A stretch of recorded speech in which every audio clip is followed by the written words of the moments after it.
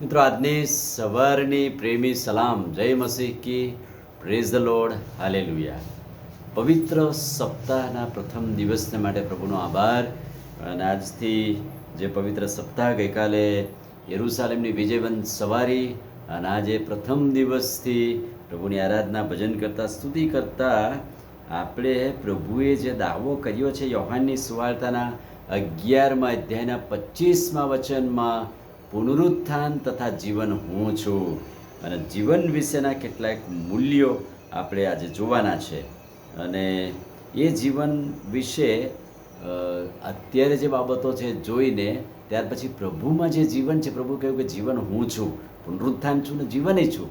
તો પ્રભુમાં જે જીવન છે કેવું છે એ પણ જોઈશું. પણ અત્યારે આપણે જોવા માંગીએ છીએ કે આ જીવન કેવું છે. અત્યારનું જે જીવન છે, તો બાઇબલ કહે છે આપણું જીવન ટૂંકું છે.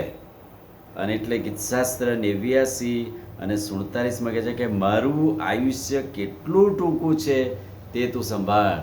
બાઇબલમાં પ્રભુનું વચન એમ કહે છે 70 વર્ષ, બળના કારણે 80 વર્ષ.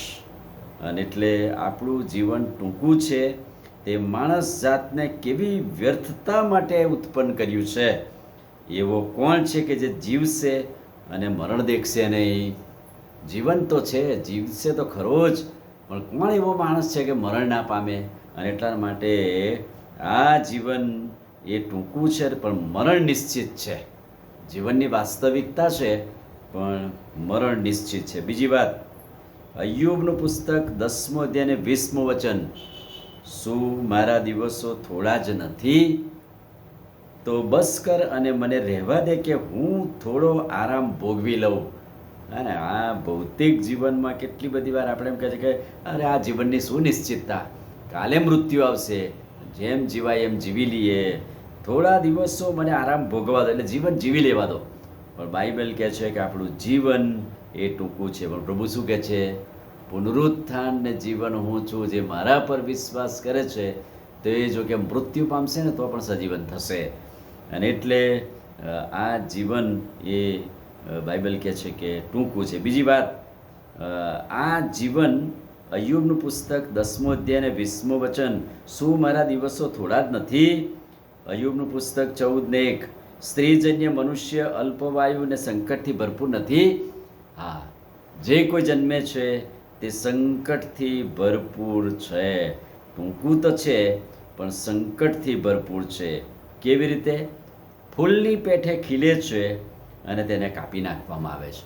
ખીલે છે સવારે તો બહુ સરસ, પણ તે મુરઝાઈ જાય છે, એને કાપી નાખવામાં આવે છે. તે છાયાની પેટે જતું રહે છે અને તે સ્થિર રહેતું નથી. અને એટલા માટે પ્રભુના વચન અનુસાર આપણું જીવન, આપણું આયુષ્ય એ ટૂંકું છે. અને આપણું આયુષ્ય ને આપણા દિવસો એ થોડા જ છે. થોડા દિવસો ને થોડા વર્ષો જ છે. અલ્પ આયુષ્ય છે, સંકટથી ભરપૂર છે. આ એ ભૌતિક જીવનની વાત. અને એટલે જ પ્રભુ શું કહે છે એના વચનમાં? પ્રભુ કહે છે કે હું જ પુનરુત્થાન, હું જ જીવન છું. મારા પરના વિશ્વાસમાં તમે અનંતકાલિક જીવન પામશો. ચોક્કસ ટૂંકું આયુષ્ય છે, સંકટથી ભરપૂર છે, પણ મારામાં જીવશો તો હું જે જીવન આપું છું એ ભરપૂરીપણાનું જીવન છે. અને આ દિવસોમાં પ્રભુ આ દાવો આપણને કરીને કહે છે કે જીવન, સાચું જીવન હું છું. આમીન. પ્રાર્થના કરી. વાલા પ્રભુ, આજના દિવસની ભેટને માટે તમારો આભાર. તમે જીવનરૂપી ભેટ આપી છે માટે આભાર. પણ આ જીવન તો ટૂંકું છે, અલ્પ આયુષ્ય છે, સંકટથી ભરપૂર છે. પણ પ્રભુ, તમે જે જીવન આપ્યું છે એ આશીર્વાદિત જીવન જીવવા મારી મદદ કરો.